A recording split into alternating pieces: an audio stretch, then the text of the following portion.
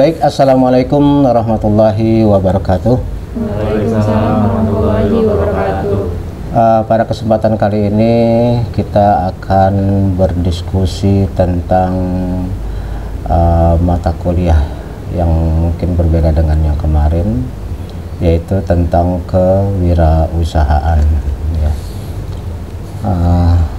Kewirausahaan merupakan salah satu cara dari suatu negara untuk mengatasi masalah kelangkaan lowongan kerja, karena kita ketahui bahwa sesuai dengan era teknologi maju sekarang ini, di mana banyak pekerjaan yang semula ditangani secara manual saat ini sudah digantikan oleh mesin-mesin modern.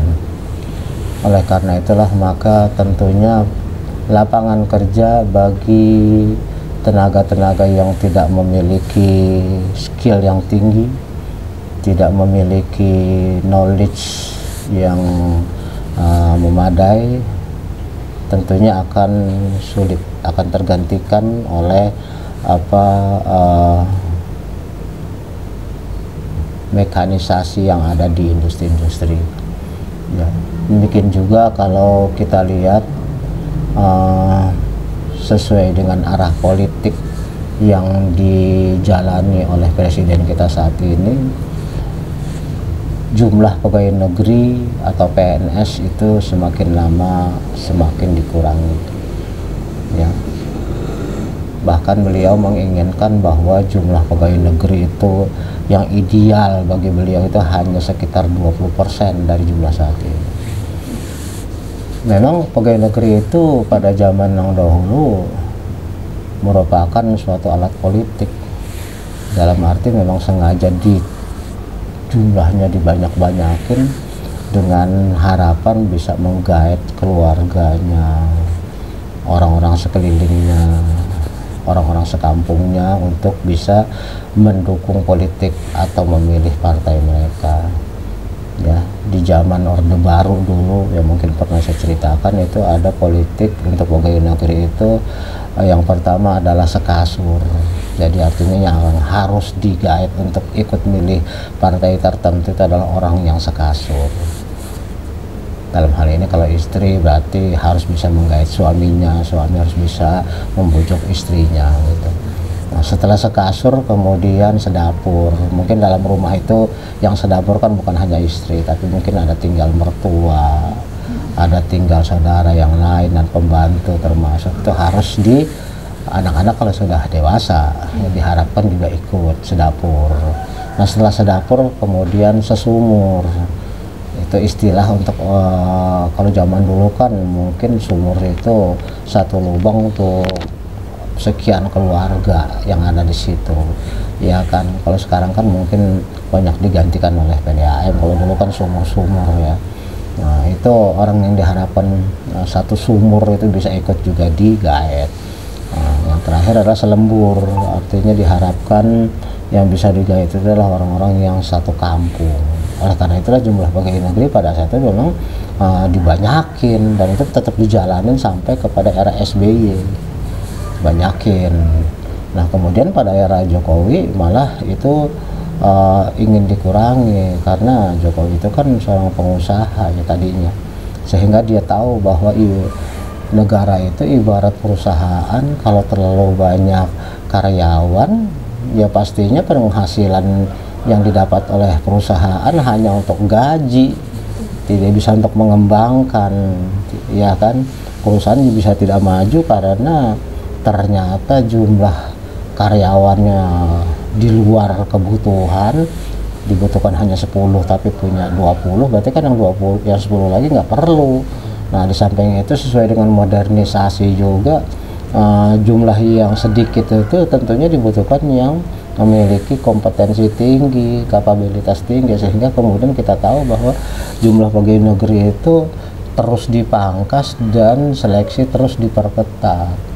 Nah, dan ini akan terus berlangsung ke depan ya, karena memang pada masa pegawai negeri menjadi alat politik itu siapapun bisa jadi pegawai negeri asal mau, sehingga kemudian kompetensinya banyak yang tidak memadai ya, jumlahnya aja yang banyak karena memang jadi sebagai alat politik. Tapi kalau sekarang sesuai dengan modernisasi, kemudian yang diperlukan adalah mereka-mereka yang memiliki kapabilitas tinggi sehingga jumlahnya nggak perlu lagi banyak-banyak.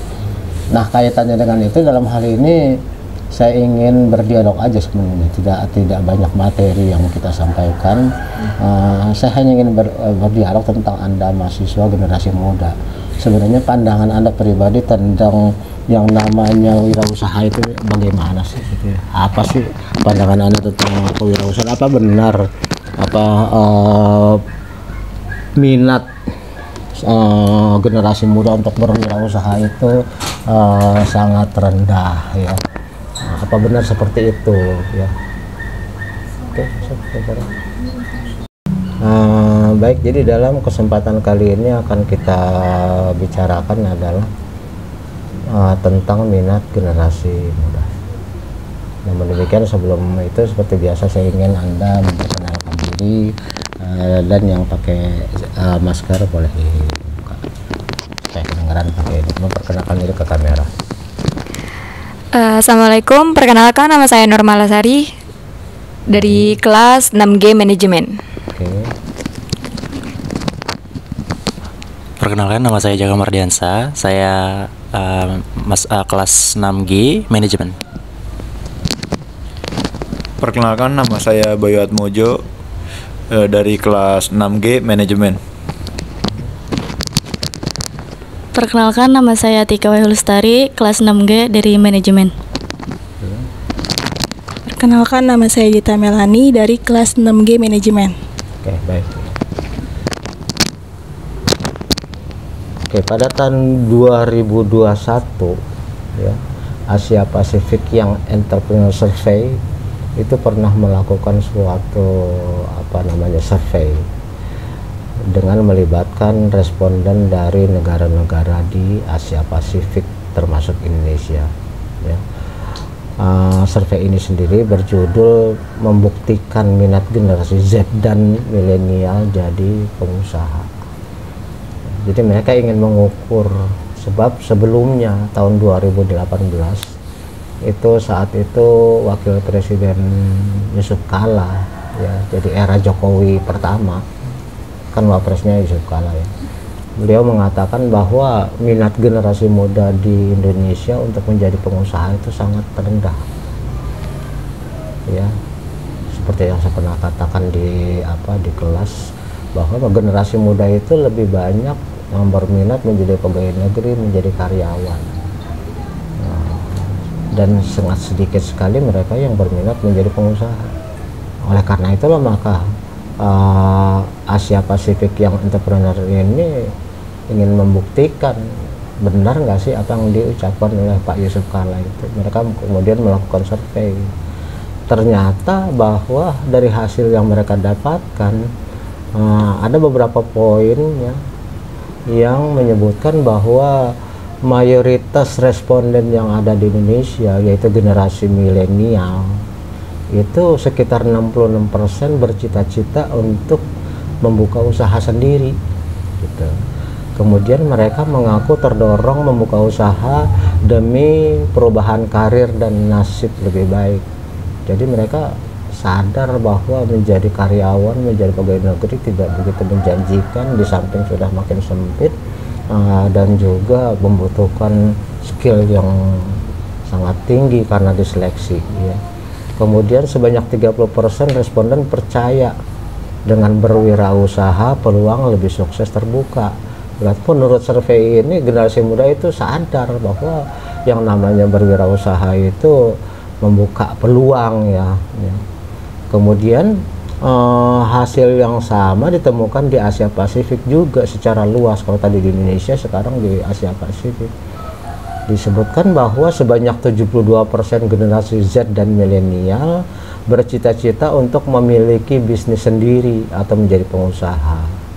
Survei menunjukkan bahwa hampir 9 dari 10 orang 9 dari 10 kan berarti banyak sekali, hampir 87% dari responden yang disurvei itu percaya bahwa usia terbaik untuk memulai bisnis adalah di bawah 40 tahun. Ya, Anda masuk semuanya ya, dengan rata-rata usia terbaik ya adalah 27 tahun.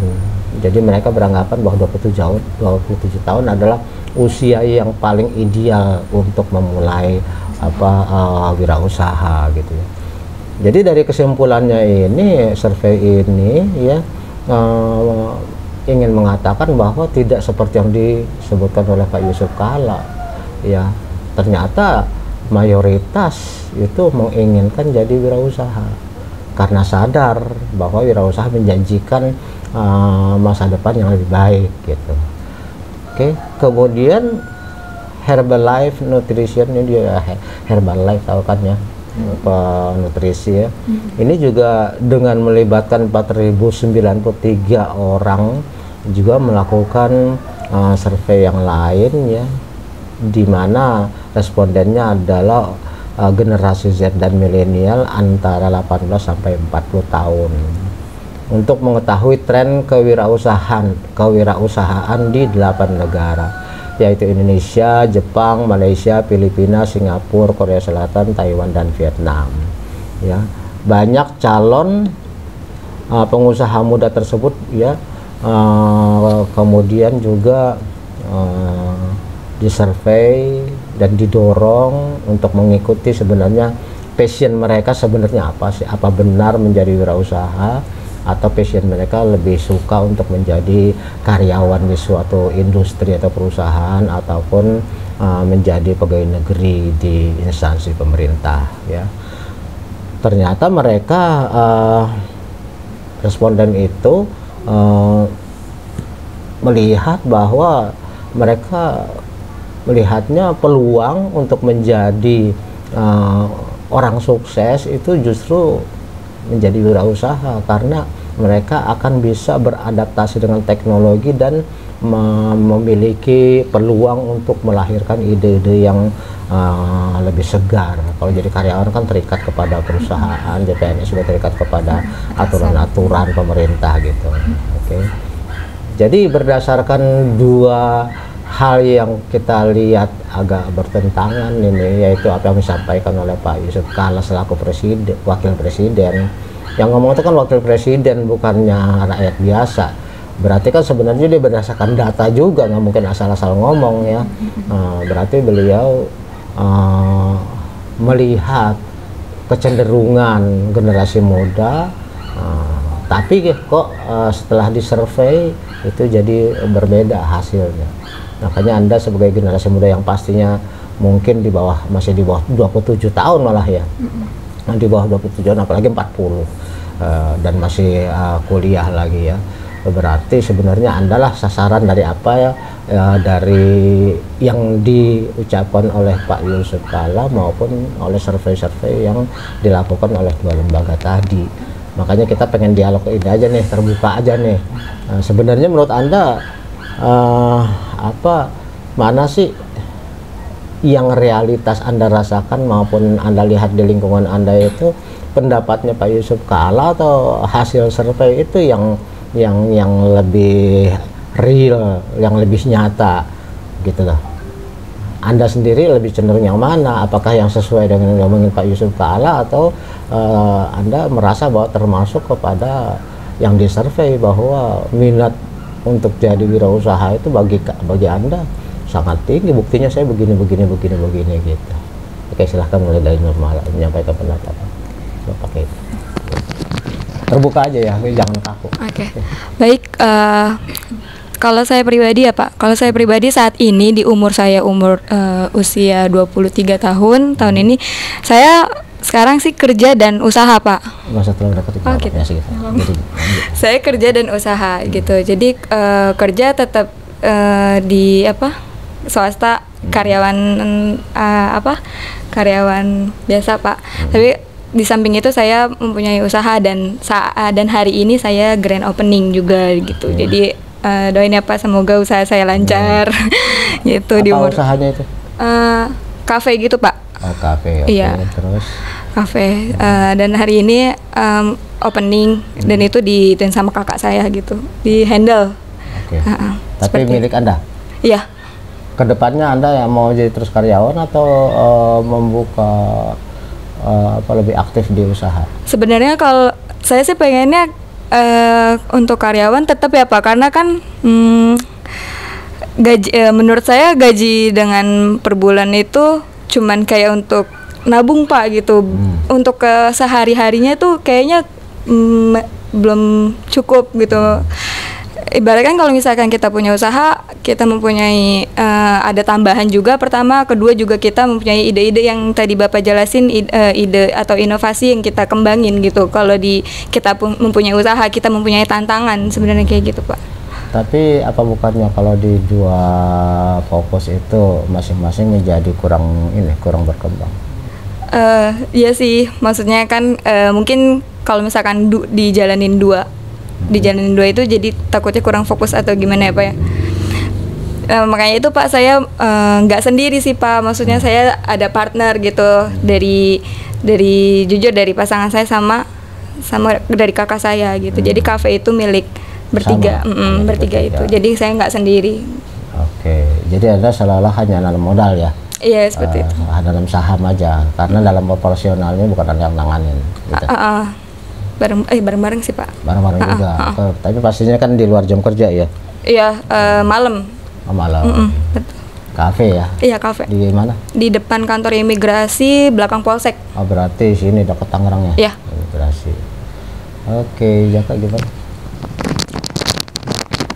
Baik, pendapat saya ya Pak ya, dari yang Abah jelasin tadi itu mungkin saya lebih untuk compare ke lembaga survei. Kenapa? Kalau untuk dilihat dari perkembangan saat ini, kita didukung dengan kondisi yang dimana generasi Z ini kreativitasnya sangat lebih canggih di dunia teknologi. Apalagi kita udah terbuka banget. Kenapa saya bilang kenapa untuk terbuka banget? Kita di sekarang ini Indonesia udah diterapin dengan negara globalisasi. Dengan adanya globalisasi ini tidak membatasi semua orang untuk membentuk apapun, untuk usaha apapun. Nah, dengan adanya globalisasi ini berbagai variasi pun muncul, dari mulai UMKM, dari mulai bisnis yang tadinya di pasaran sekarang bisa di online kan, dan sekarang peluang bisnis itu lebih luas dengan adanya media sosial, dengan adanya digitalisasi dan lain sebagainya. Tergantung sekarang kalau misalkan berbicara tentang strategi digitalisasi, anak muda generasi Z mungkin lebih kayak sedikit menguasai lah, istilahnya lebih paham lah tentang tools-tools yang ada di sekitar gitu, untuk memahami. Kalau kita misalkan berbicara tentang statementnya dari Bapak Yusuf Kalla, itu survei yang dilakukan mungkin belum dengan kondisi yang saat ini, atau mungkin belum saat ini yang dirasakan. Tapi kalau saat ini saya rasakan lebih compare kepada lembaga survei. Memang berbicara secara negara, secara kewirausahaan, minat-minat usaha-usaha baru juga udah mulai muncul gitu kan, dengan adanya keterbatasan ruang kerja, dengan adanya COVID banyak pembatasan PHK. Jadi alokasi pekerjaan baru, mau nggak mau pembentukan pekerja baru dan kerjaan baru. Makanya kalau misalkan saya bilang juga saya ada keinginan usaha pun udah dibangun dari dulu. Tapi benar kalau misalkan Abah bilang kalau ada dua fokus antara kerja dan usaha, itu mungkin tidak efektif untuk pengembangannya, karena masih ada tanggung jawab di antara duanya. Cuman semisalkan mau berusaha, lebih baiknya untuk fokus di usaha sih menurut saya gitu. Kalau kita lihat kan survei atau ucapan Yusuf Kalla itu 2018 ya, sementara survei 2021, berarti jaraknya cuma 3 tahun. 3 tahun. Apakah mungkin sudah terjadi perubahan tren? Karena saya katakan tadi bahwa ya Pak Yusuf Kalla juga pasti ngomong, bukan asal ngomong. Betul. Berarti kan dia lihat berdasarkan data juga trennya pada saat itu. Lalu kemudian survei juga membuktikan hasil berdasarkan survei. Berarti dalam waktu 3 tahun itu memang apakah sudah terjadi perubahan tren atau bagaimana gitu? Nah, kalau pendapat saya dari 2018 sebelum terjadinya COVID dan setelah 2021 terjadinya COVID, Bah. Untuk lapangan pekerjaan di 2018 sebelum terjadinya COVID itu masih banyak membutuhkan lapangan pekerjaan. Tapi setelah terjadinya COVID, yang peningkatan pendapatan setiap perusahaan menjadi sedikit dan pemasukan untuk negara pun semakin sedikit untuk membiayai para pekerja. Kondisinya berubahlah, yang mungkin saat ini bisa saya percaya lembaga survei ini lebih tepat untuk saat ini gitu ya. Anda Iya. sendiri karyawan atau wirausaha? Sebelumnya sih saya di karyawan, Mbak. Karyawan di perbankan. Karena mungkin dari Covid juga pemasukan untuk perusahaan juga semakin sedikit. Mau nggak mau perusahaan pasti harus ambil keputusan apakah membuang karyawan, memangkas karyawan atau mengalokasikan. Oke. Alokasinya nggak dapat, akhirnya ya di-PHK-kan gitu, mau nggak mau. Oke, kalau Bayu gimana? Kalau untuk saya sendiri, saya sekarang masih menjadi karyawan, tapi sama seperti Nurmala ada sampingan UMKM sih, Bah. Apa itu? Sate Taichan, Bah. Oke. Iya, jadi kalau saya sendiri sih lebih minat ke wirausaha, tapi saya akan ngelepas karyawan saya setelah pendapatan dari UMKM saya, apa sih maksudnya, bisnis saya melebihi pendapatan karyawan saya, Bah. Gitu. Jadi saya akan fokus wirausaha dibandingkan karyawan. Oke. Sebelumnya saya juga mau nanya ya, Bah, sama Abah. Saya kan juga lagi down sekarang posisi saya ya. Akan kemungkinan akan membuka usaha baru. Sekarang kan juga lagi banyak yang sistem franchise ya, Bah ya. Iya. Kemungkinan apa lebih baiknya itu mendirikan usaha sendiri apa lebih baik franchise ya? Oke. Iya. Langsung saya jawab atau? Iya, boleh langsung dijawab. Baik, franchise itu kan sebenarnya mereka menjual nama ya. Iya. Menjual nama dan menjual apa namanya, sistem kerja dan brand. Iya, brand nama dia. Sehingga dengan begitu keuntungan bagi kita memang tidak perlu lagi melakukan promosi. Sudah Karena dapat pelanggan. sudah jalan. Iya. Ya, katakanlah misalnya Indomaret ataupun franchise yang lain, kita tidak perlu lagi berpromosi karena sudah terjamin laku gitu. Iya. Cuma memang kan di situ akan ada apanya plus minusnya ya. Plus minusnya dalam arti kalau kita menjadi franchisee berarti kan kita harus punya, katakanlah kalau Indomaret itu punya lahan, ya kan, punya tempat usaha yang strategis. Ada juga apa namanya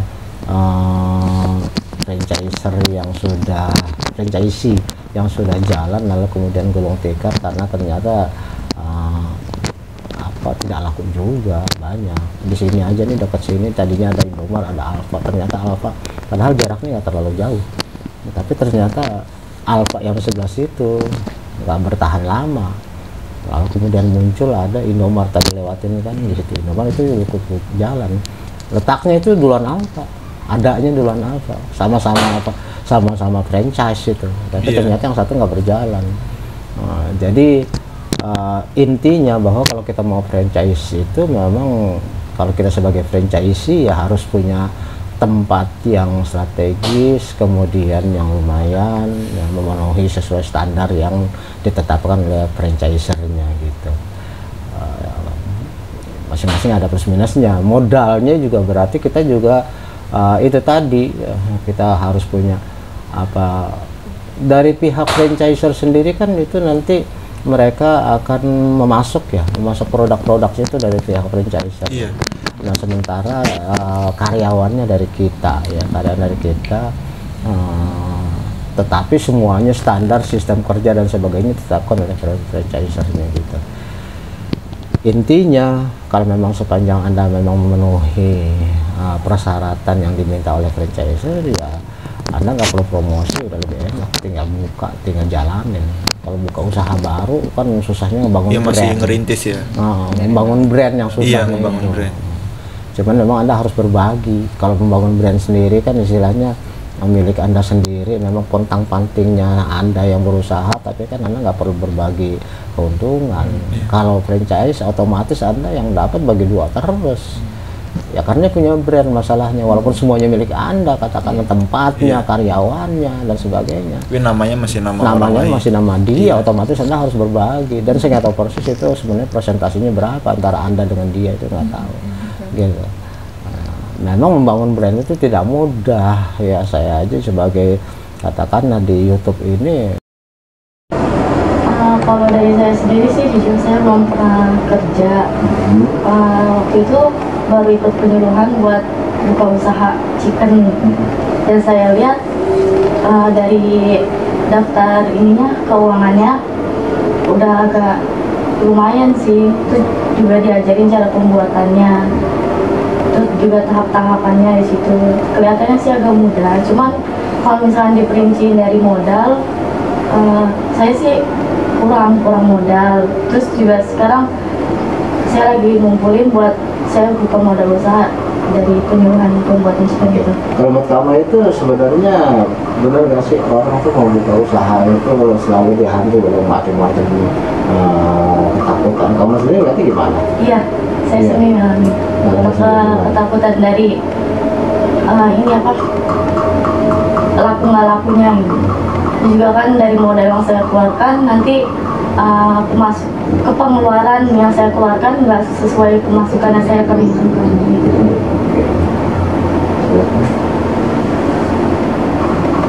Kalau dari pendapat saya sih lebih ke pembukaan Maksudnya? yang tadi pilihan kedua tadi gitu, karena dia lebih langsung dan melihat langsung gitu, untuk mengetahui ke depannya. Menurut kamu gimana pribadi? Mau jadi wirausaha atau lebih enak jadi karyawan? Wirausaha. Wirausaha, kenapa? Itu bukan karena saya dosen wirausaha ya. Semuanya memang mengarahnya wirausaha semua ini. Jadi supaya dianggap sesuai dengan mata kuliah. Apa adanya aja gitu. Karena apa ya, berwirausaha itu kita bisa lebih leluasa untuk mengatur semuanya gitu. Kalau karyawan kan apa ya, karyawan itu selalu diatur-atur gitu dan susah buat itu, terus juga terbatas lah dengan karyawan. Pendapat yang sering saya tanyakan kepada para UKM ketika saya ngajar dan saya pasti udah nanya ke kamu, pasti itu di kelas saya tanyain, ketika kita memulai sesuatu mana yang kita lebih pegang, apa pertanyaan? Pertanyaannya yang saya tanya adalah sulit tapi bisa atau bisa tapi sulit. Secara jujur, kemana kamu pegang? Kalau aku sulit tapi bisa. Sulit tapi bisa, berarti tapi kok kamu berani sih? Berani untuk berusaha? Ya? Karena di ujung Padahal kan sulit dulu yang aku bilang. iya kan sulit nih. Menurut saya itu emang sulit. Sulit itu dalam arti kita banyak ada aja pak apa godaan. Aduh ini nanti bakal rame nggak ya? Ini nanti bakal putar balik nggak sih modal kita gitu. Tapi dengan kita punya nekat, terus kita tuh yakin bisa, kan ujungnya bisa gitu. Berarti awalnya kamu tuh sebenarnya pesimis dong, udah ketakutan dulu. Iya kan tadi bapak bilang kan takut nggak sih untuk usaha gitu. Ya jujur kalau saya awalnya takut pak, bener nggak? Iya benar. Banyak takutnya apalagi Iya, Pak. yang namanya usaha kan istirahatnya itu lebih sedikit daripada karyawan. Iya, betul. Dan ditambah kalau karyawan sambil usaha Sambil itu usaha, bener-bener tidurnya memang cuma sedikit loh. Iya, betul. Buat istirahat cuma sedikit. Iya, otomatis saya punya bini gue juga begitu. Tidur jadi sedikit. Kenapa? Karena satu fokus aja kita udah kecapean, apalagi kemudian tambah lagi status kamu mahasiswa, itu kan tiga. Iya, Iya, iya. Tiga harus kamu tanganin, kan ngerjain tugas dosen, udah gitu dosen marah-marah mulu lagi ya kan. Ya, banyak tugas, banyak ini, kemudian harus mikirin jangan sampai usaha jadi terbengkalai atau malah merugi, terus kemudian jadi karyawan jangan sampai juga gara-gara kecapean akibatnya kinerja nggak optimal dan sebagainya. Ya itulah tantangannya memang ya. Tapi kan itu udah lebih baik kita capek di awal, tapi kemudian giliran kita udah tua, kita udah memetik hasilnya gitu kan.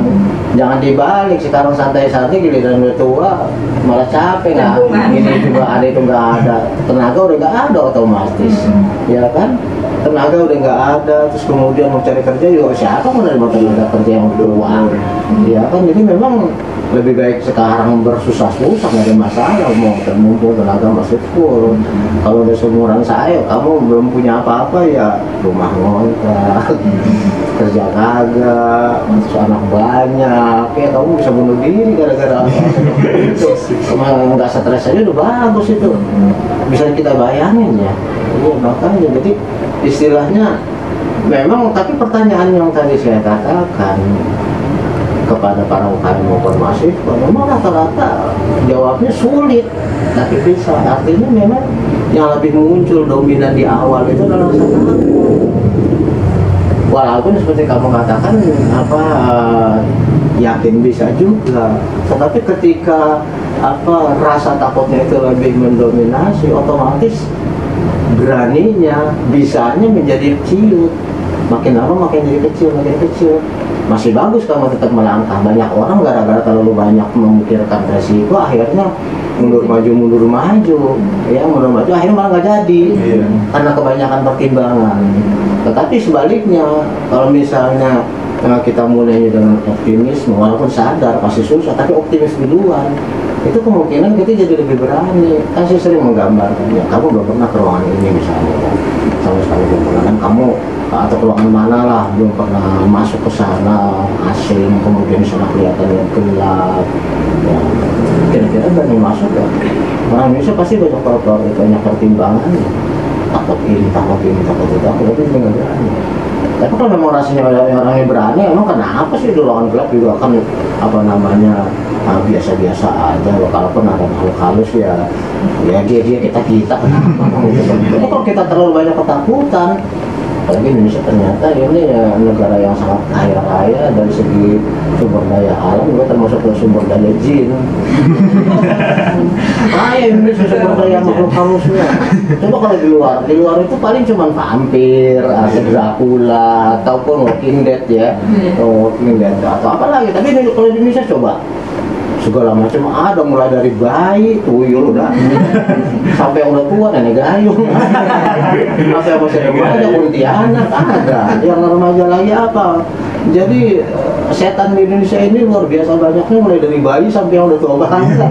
Ya, bahkan udah yang sampai udah nggak punya tenaga, ngesot-ngesot itu tetap tuh jalan juga, susah ngesot. Ya, kalau tinggal kepala pun jalan juga itu palasik. Padahal lu tinggal kepala doang, masih juga nekat jadi setan. Jadi Indonesia ini kalau kita terlalu banyak pertimbangannya nggak bisa, terlalu banyak ketakutannya gitu. Jadi kiat Anda kembali nih kepada mereka yang sebenarnya mulai usaha yang pengen saya tanya. Kiat Anda mengatasi rasa takutnya gimana? Support. Oke. Support dari orang luar berarti kan? Iya, support dari orang luar juga karena kan banyak yang minat ya Pak. Udah buka aja gini gitu. Terus ya udah dengan rasa ketar-ketir saya karena saya karyawan juga, masih mahasiswa juga. Ya udahlah gitu, walaupun ya intinya itu kan Anda dari pihak luar ya, mengharapkan dukungan support kan dari orang luar. Kalau dari Anda sendiri mengatasi ketakutan, karena Anda bilang tadi sulit tapi bisa, berarti kan Anda harus berjuang untuk mengatasi kesulitan yang ada di diri sendiri kan.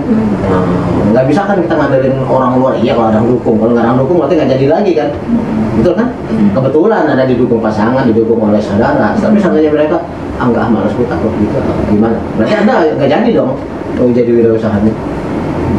Apa tetap jalan terus? Tetap jalan terus sih Pak.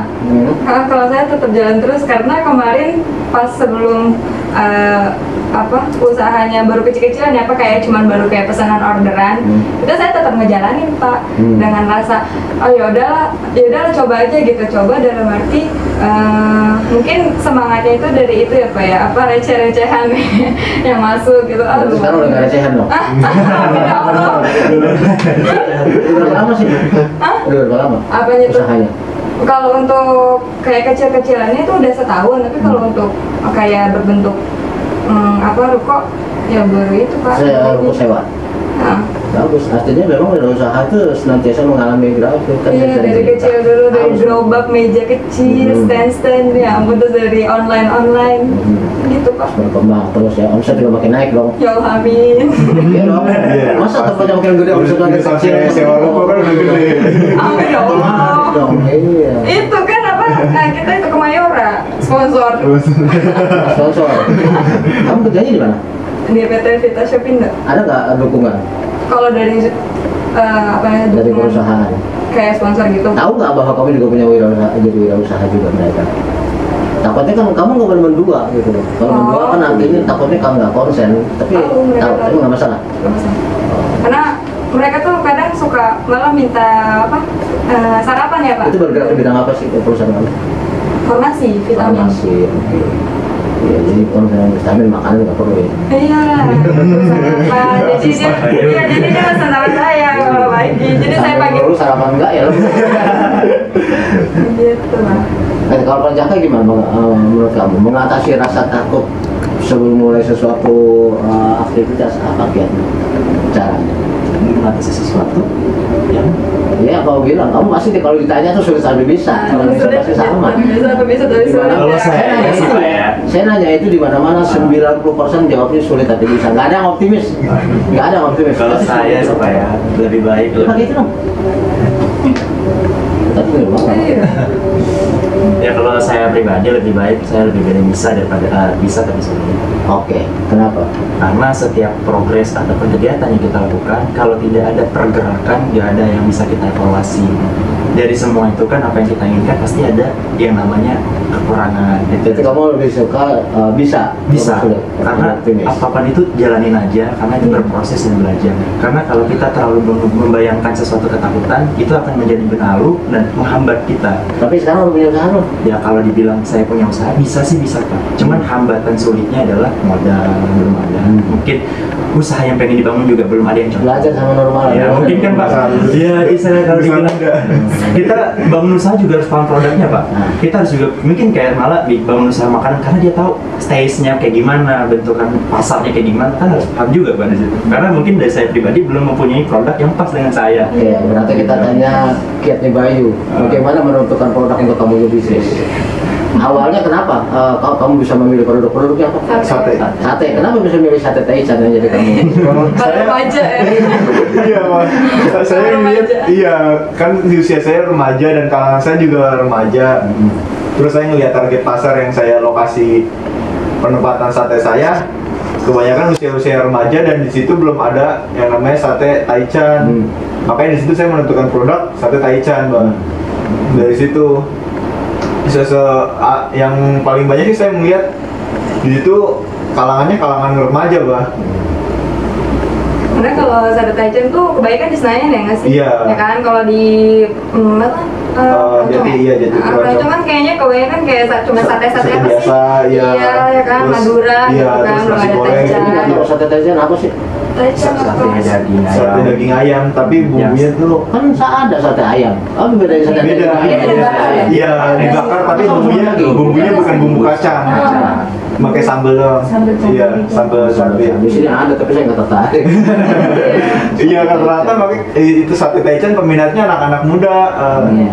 Karena kalau misalkan Taichan tuh kalau kita mau sekali mau ke Taichan mesti jauh ke Iya, Senayan. Senayan. Makanya Senayan, itu, Jakarta. Iya. Kebanyakan di Yang situ. enak. Iya, Iya. di situ. Yang mayoritas Banyak kan di sana. Kalau tembak nggak mesti di Senayan sini ada. Harganya tinggi. Karena kan juga bahasa tembak sekarang banyak franchise juga. Iya, betul. Iya, sate Taichan yang bagus di Senayan. Berarti ada franchise-nya juga dong di sini. Ini bukan Karena ditanya saya.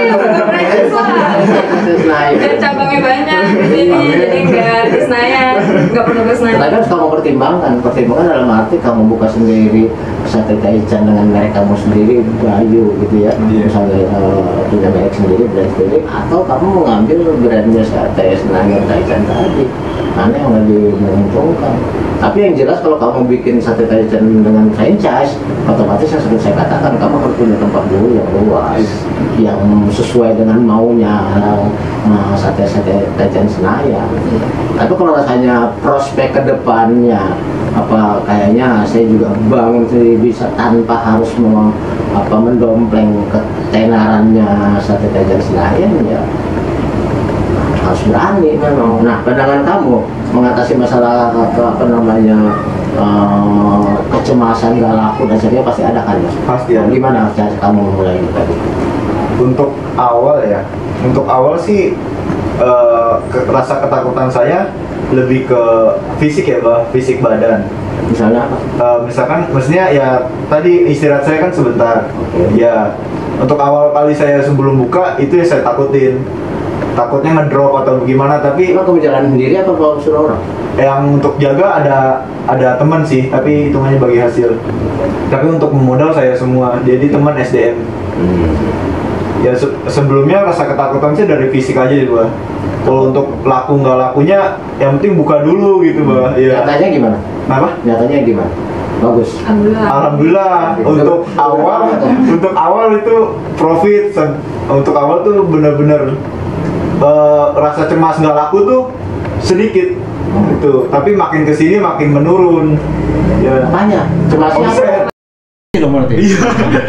Untuk awal nggak terlalu mencemaskan, nggak laku apa bagaimana, yaudah buka aja dulu, jalanin aja dulu gitu kan. Ya optimis aja sih gitu. Makin kamu harus belajar dari normal, makin berkembang. Saya makin lama makin meroket ke bawah. Dia makin kecil. Kan berkembang tadinya cuma gerobak, sekarang punya ruko. Ya berarti harus belajar dari kamu dong. Iya, harus banyak belajar lagi dari normal. Jangan gitu apa konsepnya kayak gitu. Oke, kalau untuk mengatasi ketakutan gimana? Kalau saya Kamu kan punya rasa ingin juga ya, tapi belum mulai kan? belum. Kenapa? Karena takut. Iya, takut. Nah, kapan selesainya itu takut? Oke, gimana? Kalau saya sih melawan rasa ketakutan dari dukungan orang tua ya pastinya. Soalnya kan kalau bukan dari orang tua, supportnya dari siapa lagi gitu. Oke. Pasangan kayak dia. Ada apa gitu apa? Makanya cari pasangan yang mendukung, jangan menghancurkan. Iya itu juga kan modalnya juga kan dari bantuan orang tua juga. Gitu sih.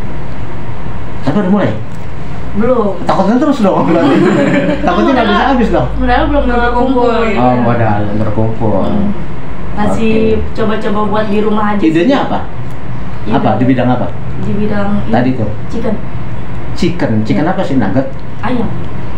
Iya, ayam kan banyak kok, ada yang Iya, chicken. Ayam chicken, fried chicken. Iya. Ayam chicken tuh apa lagi tuh? Goreng ayam.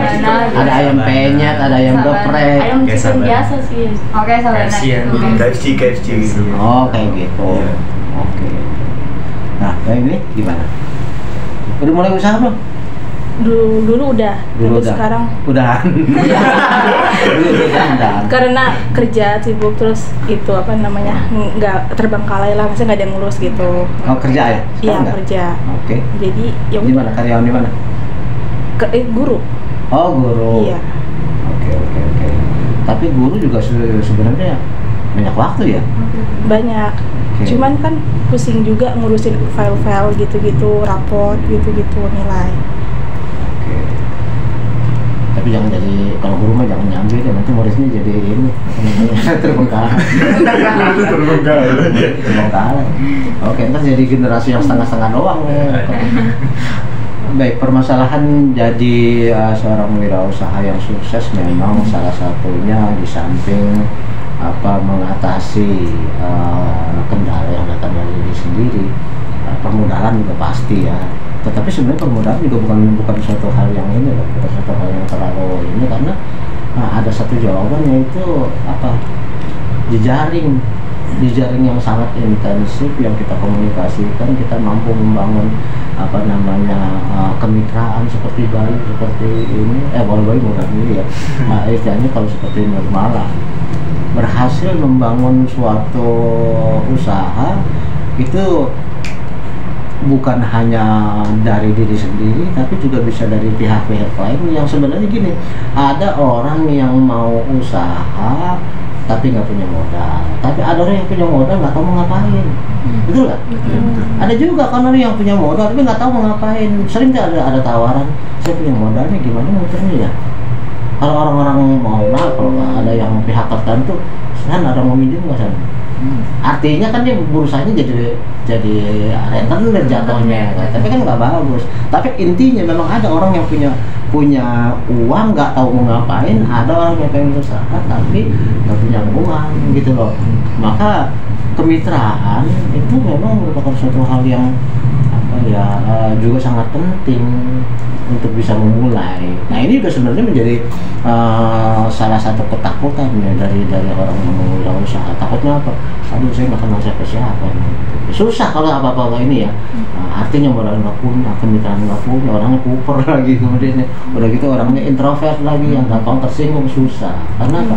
Menjadi seorang wirausaha tentunya punya modal mental yang berupa keberanian, terus kesiapan untuk menerima masukan, kesiapan membuka diri, kesiapan membuka jejaring dan sebagainya. Karena semuanya itu secara logika saja nggak bisa kalau cuma satu persatu tidak terpenuhi. Apalagi zaman sekarang ini banyak kompetitor. seperti yang katakan apa namanya tadi Jaka. Ya, ketika mengalami pandemi di mana kemudian terjadi banyak pengurangan tenaga kerja dan orang tetap harus makan, tetap harus punya masukan, maka jalan satu-satunya adalah wirausaha gitu kan. Maka otomatis di setiap sektor itu kompetitornya itu pasti luar biasa. Oke, normalnya gimana mengatasi kompetisi? Kan pasti banyak ini ya yang serupa dengan kamu. Gimana menurut kamu mengatasi persaingan? Kalau kan saya kan produknya makanan tuh takoyaki apa ya, lagi difokusin takoyaki. Takoyaki saya tuh kompetitornya tuh banyak Pak, dengan mungkin ini di yang kecil dulu ya Pak. Kan saya kan pertamanya kan di stand gitu kan, dan itu banyak lah yang bilang Mbak kok harganya mahal gitu. Sedangkan di sini harganya tuh 1000-an gitu. Nah itu kan sebagai kompetitor ya Pak ya, dengan kompetitor dia tuh harganya lebih rendah tapi dia sudah menikmati takoyaki si customer itu. Sedangkan saya kan dengan harga yang misalkan harga yang middle tapi ya menurut saya tuh rasanya tuh yang beda gitu. Tapi kalau saya ya berkomitmen dengan harga dan rasa saya sih Pak. Walaupun kompetitor itu mungkin harganya 1000 tapi kan dia belum tentu rasanya itu sama kayak saya gitu. Jadi saya berkomitmen dengan resep saya sendiri gitu. Walaupun harganya itu menengah middle gitu loh Pak. Oke. Jadi rasa ya. Komitmen dalam usaha juga sangat penting. Jadi jangan sampai kita itu kemudian apa namanya berubah-ubah. Iya. Dengan customer bilang ada orang yang tadi awalnya makanannya enak, tapi kemudian begitu laku dikurangi. Iya betul. Contohnya sekarang ini aja deh, ada beberapa tukang gorengan ya terpukul gara-gara minyak naik, minyak mahal. Ada yang kemudian mengurangi ukuran dan harga tetap. Tapi ada juga yang mengurangi ukuran, harga malah naik. Tapi ada juga yang tetap ukuran dan harga tidak naik. Itu ada. Di sini banyak tukang gorengan dan saya sudah melihat ternyata seperti itu. Ada 3 golongan. Itu komitmen menurut kita secara logika. Kira-kira yang mana yang bertahan? Apakah yang naikin harga tapi dikurangin ukuran, atau yang harganya dinaikin tapi ukuran kecilin, atau yang komit dengan harga tetap dan ukuran juga tetap? Kira-kira konsumen larinya kemana itu? Kalau saya sampai saat ini sih Pak ya, karena kan saya kan ada terigu, telur sama minyak ya Pak. Itu yang lebih mahal tuh ini yang sering naik turun tuh di telur. Di telur kan, apalagi sekarang minyak naik. Tapi saya dengan harga 15.000 ya tetap gitu Pak sampai sekarang. Tapi konsumen nggak lari kan? Nggak lari karena mungkin dari resep rasa saya kali ya, dengan nggak berubah gitu. Makanya komitmen itu dipakai dalam satu usaha penting. Artinya jangan kita takut karena satu pergerakan lalu kemudian, karena apa, semua bahan baku pasti naik turun. Tapi apakah kita ikut-ikutan seperti itu? Ya kan tadi ada 3 pilihan saya sebutkan ya. Ada yang ukurannya kecilin tapi harga tetap naik. Ya kan berarti kan dia mikirin keuntungannya aja kan, tidak memikirkan konsumen kan. Nah, ada juga yang kedua, dia itu ukurannya kecilin tapi harga tetap. Tapi kan dia juga mempertimbangkan, wah sekarang naik berarti ukuran yang saya kecilin. Tapi ada juga yang berani tetap dengan harga sekian, ukuran sekian. Nah malah kelihatannya orang jadi lari ke situ gitu loh. Ya kan, memang usaha itu harus yang seperti saya sebutkan di dalam ini ya. Memang tidak ada makhluk melata di bumi kalau kecuali melata, kecuali ada rezekinya gitu. Maksudnya semua sudah ada rezeki, cuman harus melata. Melata di sini berarti juga bukan hanya usaha, tapi juga kecerdasan. Kecerdasan untuk memikirkan bagaimana strategi yang terbaik dan menjalankan yang terbaik, mengatasi kompetisi juga dengan terbaik, gitu loh. Itu cerdas, baru kemudian dapat rezeki, gitu loh. Jadi kalau misalnya kita hanya mengandalkan usaha tetapi juga tidak memikirkan strategi, tidak memikirkan pengembangan, tidak memikirkan bagaimana bersaing dengan orang lain, yang ada jalan-jalan tapi kemudian stuck di situ aja, nggak mengalami kemajuan. Itulah diperlukan dalam suatu bisnis itu, memang kita kenal sana, kenal sini, bangun jaringan ini, bangun jaringan itu. Itu memang menurut saya yang paling penting adalah jejaring. Termasuk kalau misalnya Anda mau ekspor juga kan suatu saat sangat mungkin berkembang akhirnya produk Anda bisa malah dijual ke luar negeri, mungkin saat itu terbuka. Oke, Bayu, karena udah punya usaha ya, bagaimana mengatasi kompetisi? Untuk mengatasi kompetisi, kalau saya tetap komit ya, Bah. Kalau saya kan yang sedang naik turun tuh cabai ya, Bah. Jadi walaupun cabainya tetap harganya lagi melonjak naik, ya saya yang mengurangi keuntungan saya gitu. Tetap untuk cabai pedasnya masih sama gitu. Paling keuntungan saya yang berkurang, tidak mengurangi ataupun di mix. Ada kan yang cabai merah sama cabai setan gitu kan, tetap dengan resep yang pertama gitu, sesuai, tidak berubah sama sekali. Jadi omset turun, keuntungan yang turun ya pas kalau bahan bakunya lagi naik gitu. Keuntungan saya sedikit menurun soalnya bahan baku yang naik. Yang penting kepuasan pelanggan. Tapi dari statistik usaha Anda naik kan? Kemajuan kan? Kalau sekarang lagi down, kalau beberapa bulan kemarin naik. Kalau pemikiran saya ya untuk sate Taichan tuh kayaknya orang-orang tuh penasaran doang, jadi untuk beli sekali 2 kali udah cukup gitu, Bang. Oke. Bukan musiman ya? Hampir musiman sih, masuk musiman. Kan ada yang tiba-tiba meledak atau hilang sendiri, kayak seblak tuh ngumpul. Iya, benar. Kemarin sekarang adem-adem aja seblak tuh kan. Ya siap, gitu. Oke, terakhir kita nggak perlu banyak-banyak. Mungkin pandangan kamu satu persatu bagaimana sih sebenarnya dunia wirausaha prospeknya di Indonesia ini? Apakah suram menurut kamu ya? Apakah suram atau cerah? Gitu. Silakan. Yang udah sukses duluan ya. Oke. Yang udah sukses lah dulu. Bos muda. Kita mau belajar aja deh. Bos muda dulu biar tahu.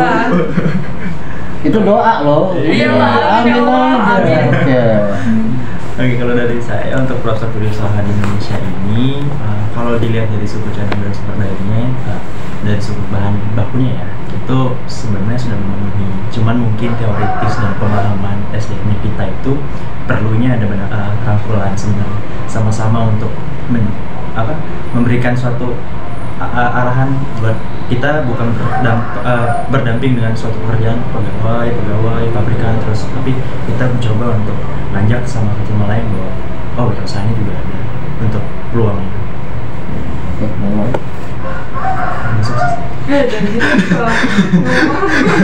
Depan gimana buat kamu? Ya, optimis lah, oke?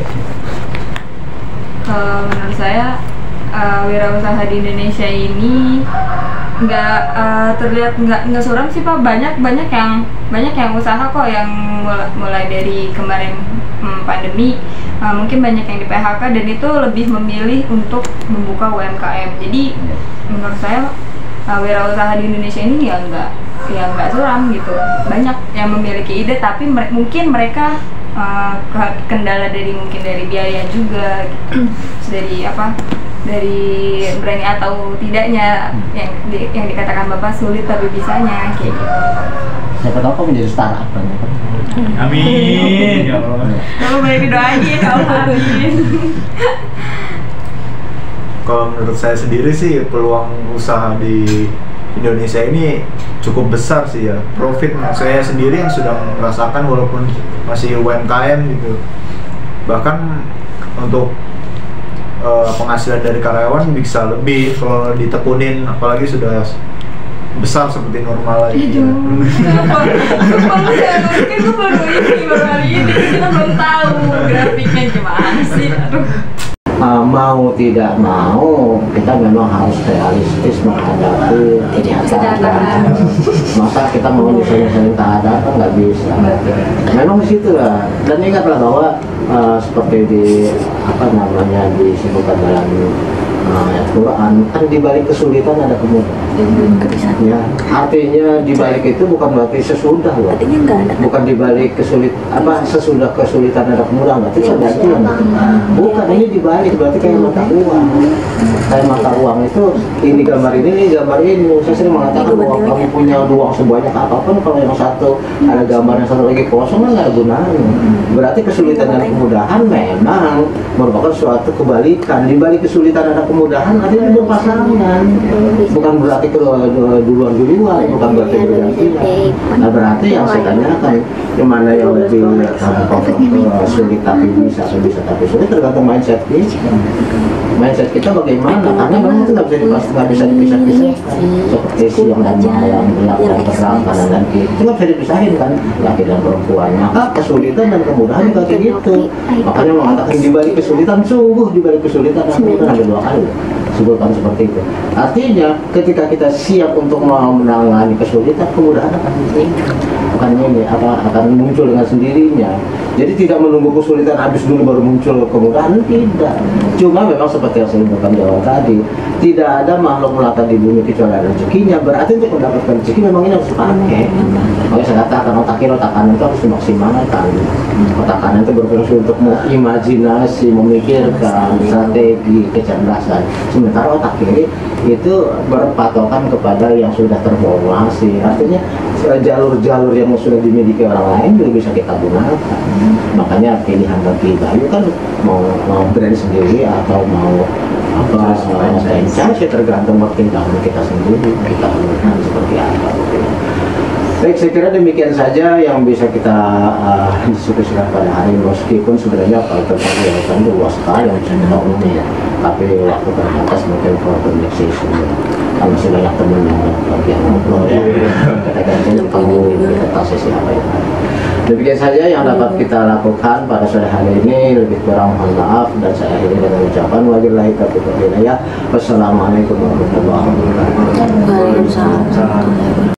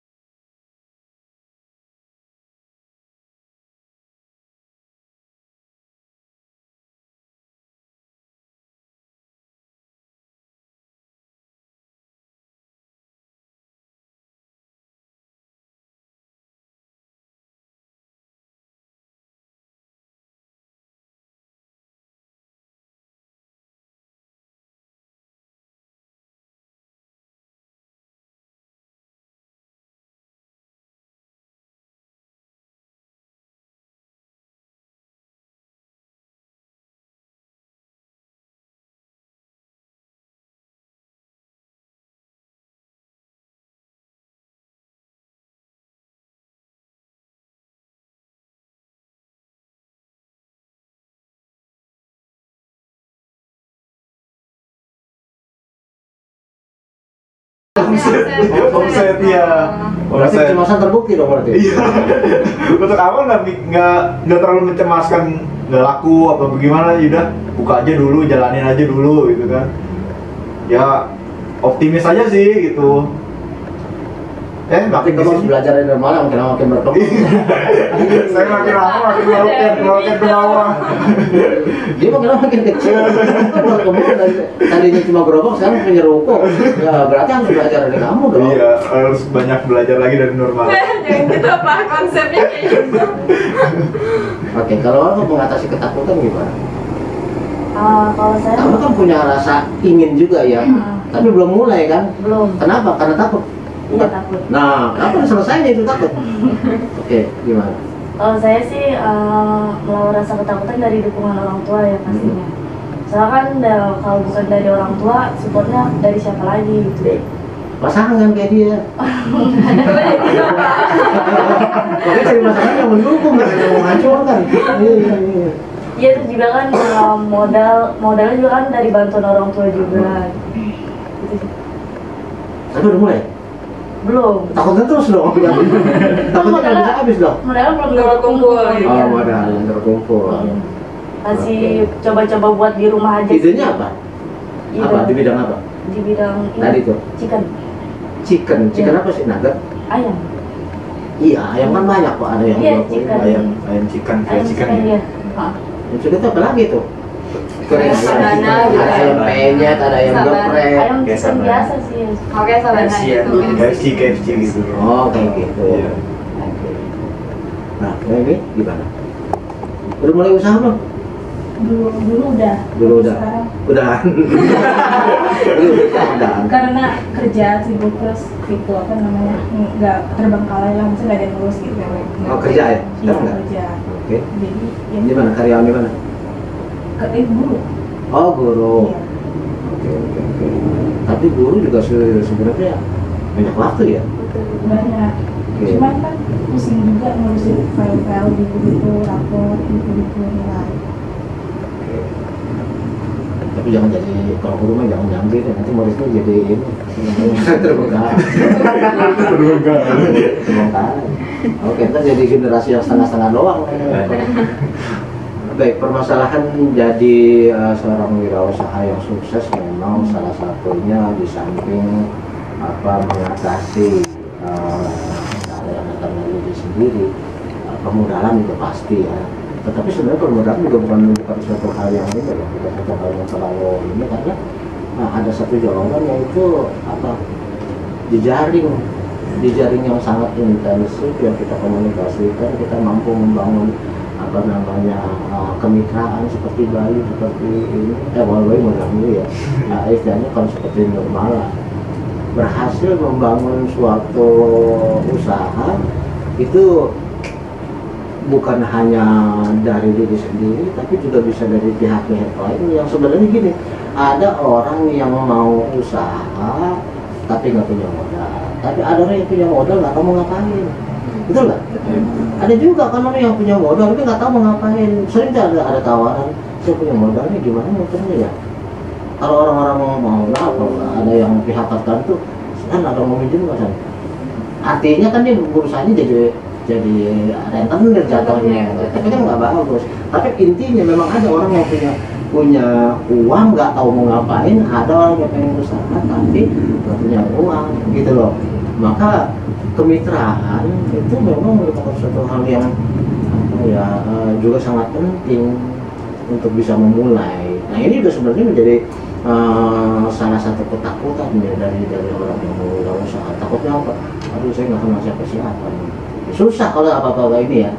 Artinya modal nggak punya, kemitraan nggak punya, orangnya kuper lagi, kemudian udah gitu orangnya introvert lagi, yang gampang tersinggung, susah. Karena apa? Menjadi seorang wirausaha tentunya punya modal mental dulu, modal mental yang berupa keberanian, terus kesiapan untuk menerima masukan, kesiapan membuka diri, kesiapan membuka jejaring dan sebagainya. Karena semuanya itu secara logika saja nggak bisa kalau cuma satu persatu tidak terpenuhi. Apalagi zaman sekarang ini banyak kompetitor, seperti yang katakan tadi Jaka. Ya, ketika mengalami pandemi di mana kemudian terjadi banyak pengurangan tenaga kerja dan orang tetap harus makan, tetap harus punya masukan, maka jalan satu-satunya adalah wirausaha gitu kan. Maka otomatis di setiap sektor itu kompetitornya itu pasti luar biasa. Oke, normalnya gimana mengatasi kompetisi? Kan pasti banyak ini ya yang serupa dengan kamu. Gimana menurut kamu mengatasi persaingan? Kalau saya kan produknya makanan tuh takoyaki apa ya, lagi fokusnya takoyaki. Takoyaki saya tuh kompetitornya tuh banyak Pak, dengan mungkin ini di yang kecil dulu ya Pak. Kan saya kan pertamanya kan di stand gitu kan, dan itu banyak lah yang bilang, Mbak kok harganya mahal ya, sedangkan di sini harganya itu 1000-an gitu. Nah itu kan sebagai kompetitor apa ya Kak, dengan kompetitor dia tuh harganya lebih rendah tapi dia sudah menikmati takoyaki si customer itu. Sedangkan saya kan dengan harga yang misalkan harga yang middle tapi ya menurut saya tuh rasanya tuh yang beda gitu. Tapi kalau saya ya berkomitmen dengan harga dan rasa saya sih Pak. Walaupun kompetitor itu mungkin harganya 1000 tapi kan dia belum tentu rasanya itu sama kayak saya gitu. Jadi saya berkomitmen dengan resep saya sendiri gitu, walaupun harganya itu menengah middle gitu loh Pak. Oke. Jadi rasa ya, maksudnya komitmen dalam usaha juga sangat penting. Jadi jangan sampai kita itu kemudian berubah. Iya, dengan customer bilang ada orang yang tadi awalnya makanannya enak, tapi kemudian begitu laku dikurangi. Iya betul. Contohnya sekarang ini aja deh. Ada beberapa tukang gorengan terpukul gara-gara minyak naik, minyak mahal. Ada yang kemudian mengurangi ukuran dan harga tetap. Tapi ada juga yang mengurangi ukuran, harga malah naik. Tapi ada juga yang tetap ukuran dan harga tidak naik. Itu ada. Di sini banyak tukang gorengan dan saya sudah melihat ternyata seperti itu. Ada 3 golongan. Itu komitmen menurut kita. Secara logika, kira-kira yang mana yang bertahan? Apakah yang naikin harga tapi dikurangin ukuran, atau yang harganya dinaikin tapi ukuran kecilin, atau yang komit dengan harga tetap dan ukuran lebih tetap? Kira-kira konsumen larinya kemana itu? Kalau saya sampai saat ini sih Pak ya, karena kan saya kan ada terigu, telur sama minyak ya Pak. Itu yang lebih mahal tuh ini yang sering naik turun tuh di telur kan, apalagi sekarang minyak naik. Tapi saya dengan harga 15.000 ya tetap gitu Pak sampai sekarang. Tapi konsumen nggak lari kan? Nggak lari karena mungkin dari resep rasa saya kali ya, dengan nggak berubah gitu. Makanya komitmen itu dipakai dalam satu usaha penting. Artinya jangan kita takut karena satu pergerakan lalu kemudian karena apa semua bahan baku pasti naik turun. Tapi apakah kita ikut-ikutan seperti itu? Ya kan tadi ada 3 pilihan saya sebutkan ya. Ada yang ukurannya kecil tapi harga tetap naik. Ya kan berarti kan dia mikirin keuntungannya aja kan, tidak memikirkan konsumen kan. Nah, ada juga yang kedua, dia itu ukurannya kecilin tapi harga tetap. Tapi kan dia juga mempertimbangkan, wah sekarang naik berarti ukuran yang saya kecilin. Tapi juga berani tetap dengan harga sekian, ukuran sekian. Nah malah kelihatannya orang jadi lari ke situ gitu loh. Ya kan, memang usaha itu harus yang seperti saya sebutkan di dalam ini ya, memang tidak ada makhluk melata di bumi kalau aku ini kecuali melata, kecuali ada rezekinya gitu. Maksudnya semua sudah ada rezeki, cuma harus melata. Melata di sini berarti juga bukan hanya usaha, tapi juga kecerdasan. Kecerdasan untuk memikirkan bagaimana strategi yang terbaik dan menjalankan yang terbaik, mengatasi kompetisi juga dengan terbaik gitu loh. Itu cerdas, baru kemudian dapat rezeki gitu loh. Jadi kalau misalnya kita hanya mengandalkan usaha tetapi juga tidak memikirkan strategi, tidak memikirkan pengembangan, tidak memikirkan bagaimana bersaing dengan orang lain, yang ada jalan-jalan tapi kemudian stuck di situ aja, mengalami kebajikan. Itulah diperlukan dalam suatu bisnis itu, memang kita kenal sana, kenal sini, bangun jaringan ini, bangun jaringan itu memang modal usaha yang paling penting adalah jejaring. Termasuk kalau misalnya Anda mau ekspor juga kan suatu saat sangat mungkin berkembang akhirnya produk Anda bisa malah dijual ke luar negeri mungkin saat itu terbuka. Oke, Bayu, karena udah punya usaha ya, bagaimana mengatasi kompetisi? Untuk mengatasi kompetisi, kalau saya tetap komit ya, Bah. Kalau saya kan yang sedang naik turun tuh cabai ya, Bah.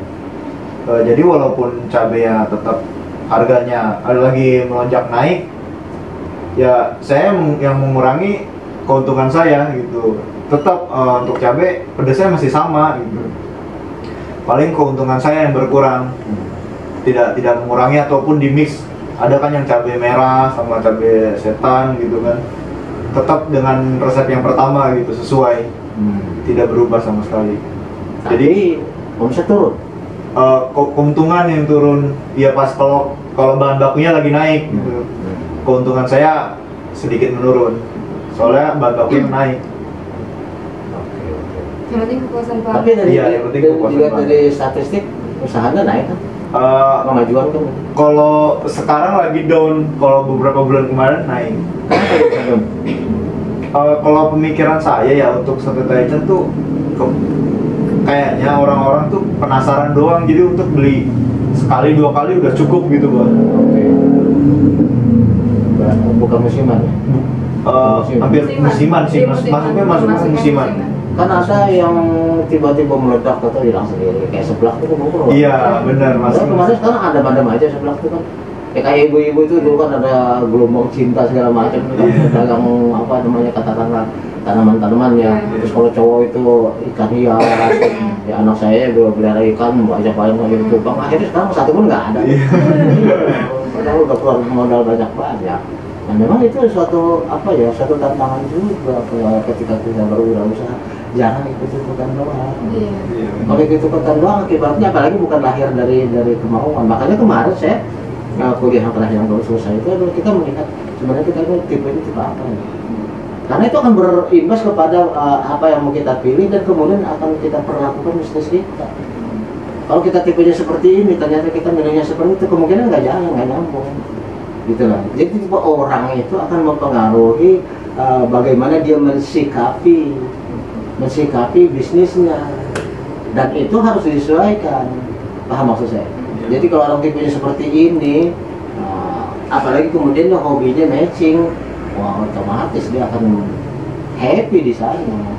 Ya happy seperti normal karena dia hobinya mungkin di kuliner ya.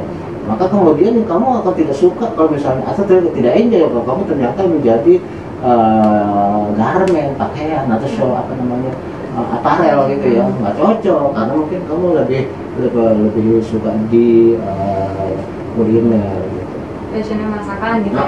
Passionnya masakan, seperti saya katakanlah ya, saya memang mendidik ya. Seorang pendidik, saya di kampus mendidik, di kantor juga saya pengajar. Tapi ketika saya digaji diangkat menjadi struktural, saya nggak betah terus terang. Ya saya dapat jabatan, saya mundur. Karena saya nggak merasa hidup di situ. Nggak merasa hidup di sini, nggak memikirkan bahwa kemudian saya kehilangan yang dekat. Enggak ada masalah. Kenapa orang bilang waktu saya mundur dari jabatan, orang bilang kamu tuh orang lain aja mundur jabatan, kamu mundur apa yang akan ngajar. Kenapa enjoy-nya di situ? Kita kan harus hidup ini bukan hanya semata-mata mengejar uang aja, tapi kepuasan juga gitu loh. Kenyamanan. Justru di situlah kita bisa maksimal. Adanya saya mengatakan seperti ini, kuliah dengan podcast ini, itu kan kreativitas jadi muncul. Ya kan, bagaimana saya bisa mendeliver materi secara lebih efektif, secara lebih meluas. Ya kan, kalau cuma di kelas saya ngajar, kan tempatnya saya ngajar, ya dengerin cuma yang datang doang. Ya kan, tapi kalau misalnya dengan cara seperti ini, saya buktikan tadi, saya contohkan ya sama Bayu ini yang lain juga. Podcast pertama dari anak PPKN hanya masa ininya 20 orang pesertanya. Begitu dilempar dan ada kemudian tanya jawab, saya juga minta nanti semua tanya jawab di ini ya, di YouTube ada pertanyaan. Itu angka yang nonton sampai 380 orang, padahal anaknya cuma 20 gitu loh. Terus ada lagi yang kelas 2F 35 orang, itu bisa 370. Ada lagi yang, dan enjoyment di situ sangat penting gitu loh. Apalagi kemudian cocok dengan kita punya karakter pula ya. Kamu normal, kamu punya bisnis, kamu jutek, gak laku gitu. itu kan salah satunya ya. Jadi kan memang harus punya harus ramah dan harus siap untuk ya namanya pembeli ada yang jutek. Iya kan, ada yang jutek, ada yang ramah, ada yang bawel dan sebagainya, harus siap. Oke, terakhir kita nggak perlu banyak-banyak. Mungkin pandangan kamu satu persatu bagaimana sih sebenarnya dunia wirausaha prospeknya di Indonesia ini? Apakah suram menurut kamu ya? Apakah suram atau cerah? Gitu. Silakan. Yang udah sukses duluan ya. Oke. Yang udah sukses lah duluan lah. Kita mau belajar ya, masih muda dulu biar tahu. Itu doa loh. Iya, amin. Oke. Lagi kalau dari saya untuk prospek berusaha di Indonesia ini, kalau dilihat dari suku cadang dan sebagainya, dari suku bahan bakunya ya, itu sebenarnya sudah memenuhi. Cuman mungkin teoritis dan pemahaman SDM kita itu perlunya ada benar rangkulan sebenarnya, sama-sama untuk memberikan suatu arahan buat kita bukan berdamping dengan suatu pekerjaan pegawai, pabrikan terus, tapi kita mencoba untuk ngajak sama tim lain bahwa usaha ini juga untuk peluang. Oke, memang. Sukses. Dan gitu. Depan gimana menurut kamu? Optimis lah, oke? Kalau menurut saya wirausaha di Indonesia ini nggak terlihat nggak suram sih Pak. banyak yang usaha kok yang mulai dari kemarin pandemi mungkin banyak yang di PHK dan itu lebih memilih untuk membuka UMKM. Jadi menurut saya wirausaha di Indonesia ini ya nggak suram gitu. Banyak yang memiliki ide tapi mungkin mereka kendala dari biaya juga gitu. Terus dari berani atau tidaknya yang dikatakan Bapak sulit tapi bisanya kayak gitu. Siapa tahu kok menjadi startup kan? Amin ya Allah. Kalau boleh didoain, ya Allah, amin. Kalau menurut saya sendiri sih peluang usaha di Indonesia ini cukup besar sih ya. Profit saya sendiri yang sudah merasakan walaupun masih UMKM gitu. Bahkan untuk penghasilan dari karyawan bisa lebih kalau ditekunin, apalagi sudah besar seperti normal lagi. Itu baru hari ini kita belum tahu grafiknya gimana sih. Sudah sih Mas. Kalau menurut saya usaha di Indonesia ini cukup bagus sih Pak. Udah banyak yang buka usaha di mana-mana, terus berbagai macam usaha juga udah ada di sini, dari makanan luar sudah sampai masuk ke Indonesia, jadi bagus sih. Terakhir. Menurut saya sih itu ya nggak suram sih, cerah bisa ke depannya. Misalnya contohnya kayak banyak orang yang buka usaha kayak MS Glow gitu, terus industri itu kan banyak orang kayak di situ yang kita gitu, jadi itu udah terlihat gitu. Oke, baik teman-teman sekalian, para sahabat, di sini kita teman-teman yang ada 5 orang ini beda-beda ya. Ada yang guru, ada yang masih pure mahasiswa, ada yang karyawan, dan ada yang karyawan merangkap pebisnis ya. Masing-masing tentu dengan pandangan sendiri-sendiri mengenai kewirausahaan. Saya memang sengaja tidak mengangkat suatu materi, tapi saya justru pengen tanya realnya seperti apa yang jalan gitu, berdasarkan apa yang disampaikan Pak Yusuf Kala bahwa minat generasi muda untuk berwirausaha itu rendah ya, mereka lebih senang jadi PNS dan sebagainya. Tapi kemudian kalau itu pendapat tahun 2018, tahun 2021 pada saat survei ternyata lebih banyak yang usaha, ya mungkin seperti yang bisa kita jaga. Akibat pandemi mau nggak mau orang jadi berubah pikiran, harus mengubah mindset, tidak bisa lagi memaksakan diri untuk jadi karyawan. Karena apa? Karena memang realitasnya dunia karyawan sekarang makin sempit, ditambah lagi untuk jadi pegawai negeri juga makin sempit. Jadi istilahnya mau tidak mau kita memang harus realistis menghadapi kenyataan. Masa kita mau nyusahin keadaan kan nggak bisa. Memang di situ lah. Dan ingatlah bahwa seperti di apa namanya disebutkan dalam ayat Quran, kan di balik kesulitan ada kemudahan. Ya, artinya di balik itu bukan berarti sesudah loh. Bukan di balik sesudah kesulitan ada kemudahan, berarti sebagian. Bukan, ini di balik, berarti kayak mata uang. Kayak mata uang itu, ini gambar ini gambar ini. Saya sering mengatakan bahwa kamu punya uang sebanyak apapun, kalau yang satu ada gambar, yang satu lagi kosong, kan nggak ada gunanya. Berarti kesulitan dan kemudahan memang merupakan suatu kebalikan. Di balik kesulitan ada kemudahan, artinya berpasangan. Bukan berarti duluan, bukan berarti bergantian. Nah, berarti yang saya tanyakan, mana yang lebih sulit tapi bisa tapi sulit, tergantung mindset kita. Mindset kita bagaimana? Karena memang itu nggak bisa dipisah-pisahkan. Seperti siang dan malam, gelap dan terang, kanan dan kiri, itu nggak bisa dipisahin kan, laki dan perempuan. Maka kesulitan dan kemudahan juga kayak gitu. Makanya mengatakan di balik kesulitan, sungguh di balik kesulitan dan kemudahan ada 2 kali sebutkan seperti itu. Artinya ketika kita siap untuk menangani kesulitan, kemudahan akan akan muncul dengan sendirinya. Jadi tidak menunggu kesulitan habis dulu baru muncul kemudahan, tidak. Cuma memang seperti yang saya sebutkan di awal tadi, tidak ada makhluk melata di bumi kecuali ada rezekinya. Berarti untuk mendapatkan rezeki memang ini harus dipakai. Makanya saya katakan otak kiri, otak kanan itu harus dimaksimalkan. Otak kanan itu berfungsi untuk imajinasi, memikirkan, strategi, kecerdasan. Sementara otak kiri itu berpatokan kepada yang sudah terformulasi. Artinya jalur-jalur yang sudah dimiliki orang lain juga bisa kita gunakan. Makanya pilihan bagi Bayu kan mau brand sendiri atau mau franchise, tergantung pertimbangan kita sendiri, kita gunakan seperti apa. Baik, saya kira demikian saja yang bisa kita diskusikan pada hari ini. Meskipun sebenarnya kalau tentang kelautan itu luas sekali yang bisa kita omongin ya, tapi waktu terbatas mungkin for the next session. Kalau masih banyak teman yang bagian ngobrol ya, kita gantian kamu kita tahu sesi apa yang ada. Demikian saja yang dapat kita lakukan pada sore hari ini. Lebih kurang mohon maaf, dan saya akhiri dengan ucapan wabillahi taufiq wal hidayah. Wassalamualaikum warahmatullahi wabarakatuh. Waalaikumsalam.